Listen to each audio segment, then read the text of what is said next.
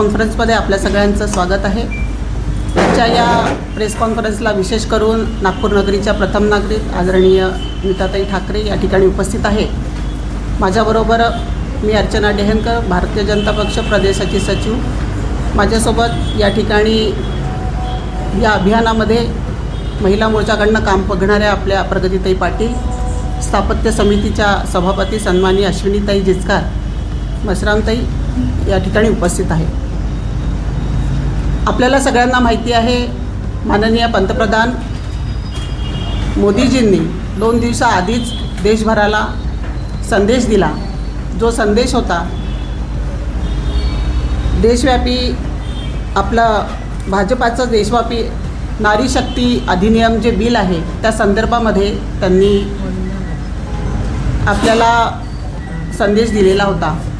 खरं तर येणाऱ्या 16, 17, 18 तारखेला देशाच्या संसद भवनामध्ये नारी शक्ती वंदन अधिनियम बिलावर विशेष सत्र आयोजित करण्यात आलेलं आहे आणि भारतीय जनता पक्षाने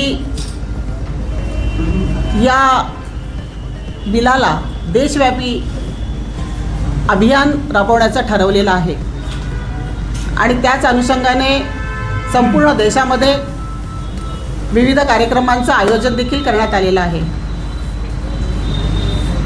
जेव्हा नारी शक्ती वंदन अधिनियम बिल जेव्हा पारित होणार, विधानसभा लोकसभेमध्ये 33% आरक्षण महिलांना मिळणार आहे आणि त्यालाच अनुसरून संपूर्ण देशभरामध्ये जनसंपर्क अभियान राबवण्यात येणार आहे। या अभियानाला राबवण्याकरता 15 आणि 16 एप्रिल रोजी प्रत्यक्ष लोकसभा क्षेत्रात पदयात्रासह अशा विविध कार्यक्रमांचं आयोजन करण्यात आलेलं आहे। याच्यामध्ये विशेष करणं म्हणजे खरं तर आपण जर पाहिलं तर महिला सक्षमीकरणाचे संपूर्ण जी आकडेवारी आहे, जी उपलब्ध आकडेवारी आहे, त्याच्यामध्ये असं एक अनुमान आहे की महिलांना आपण सक्षमीकरणाच्या दृष्टीने जर राजकीय क्षेत्रातही पुढाकार जर घेतला तर आपली जी अर्थव्यवस्था आहे ती $60 ट्रिलियन पेक्षाही अधिक होईल असं अनुमान आहे। सक्षमीकरणाच्या दृष्टीचे जी आकडेवारी आहे, आज ती आकडेवारी खरं तर अशी आहे म्हणजे 72% पेक्षाही अधिक महिलांची नावावर नोंदणी झालेली आहे। या देशामध्ये पदवीधर ज्या महिला आहेत त्या साधारणतः 73% या महिला पदवीधर आहेत। माननीय मोदीजींनी ज्या कल्याणकारी योजना राबवल्या त्याच्यामध्ये सर्वात जास्त जर सहभाग कोणाचा असेल तर तो महिलांचा आहे। मग ती मुद्रा योजना असेल तर त्या मुद्रा योजनेमध्ये साधारणतः 69% लाभार्थी या महिला आहेत।